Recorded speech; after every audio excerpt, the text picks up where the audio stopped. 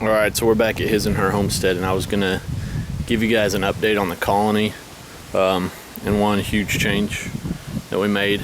This summer has been a pretty dry, not drought dry, but a pretty dry summer.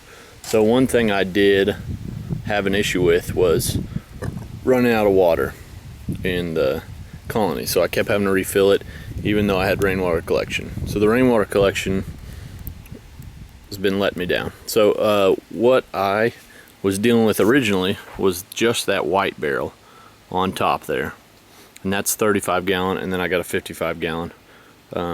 Now what I've got is the combo, and the way it works is rain from the roof to the gutter. From the gutter it runs down here and runs across this screen, which I was supposed to put up all the spare parts. So it runs across the screen. The junk and debris gets washed across the screen and out of the way, but the water falls through. One thing I would have done different is put silicone underneath this board here and smashed it down before I attached that board. That board's actually attached from the underside, and then this board is attached from the top side. I don't know why. You don't have to do it that way. So what I did is I blocked up the first barrel sitting about like 5 degrees tilted forward, and then maybe 10 degrees, and then I matched it with the second barrel blocked up. So that's actually attached to the cage wall. That's pretty much it. We've got 90 gallons of water. The way this works is it fills this one, and this one fills the bottom one. One thing you have to do, you don't have to do, but one thing that helps it fill faster is I actually put, so this is the mosquito screen to keep it from, I actually put a siphon tube in the top there, and what that does is that goes down here and it turns the corner, and it's got a little, just a little elbow on it there, not an elbow, just a bend I put in the hose. And so what it'll do is it'll have a air siphon out of that, so as this top is filling, it gets back pressure because this doesn't have a hole in it.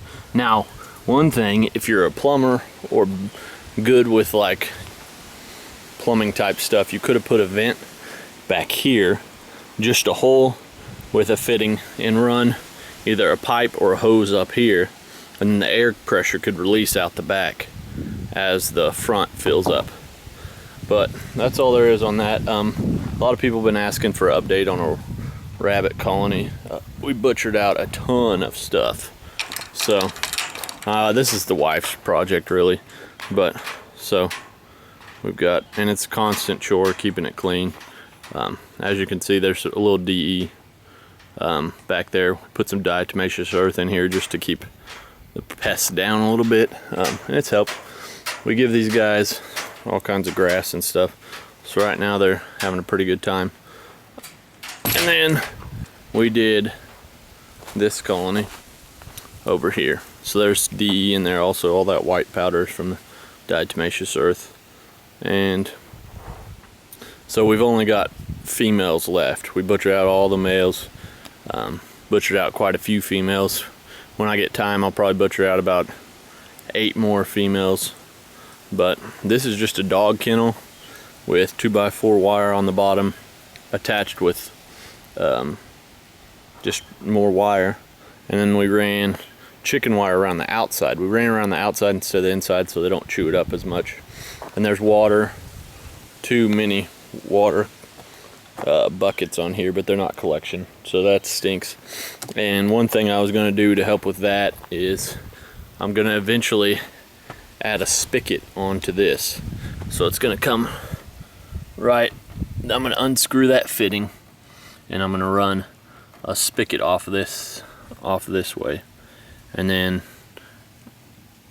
it's not going to have a ton of pressure or anything unless that top one's full, but at least it'll make it a little easier.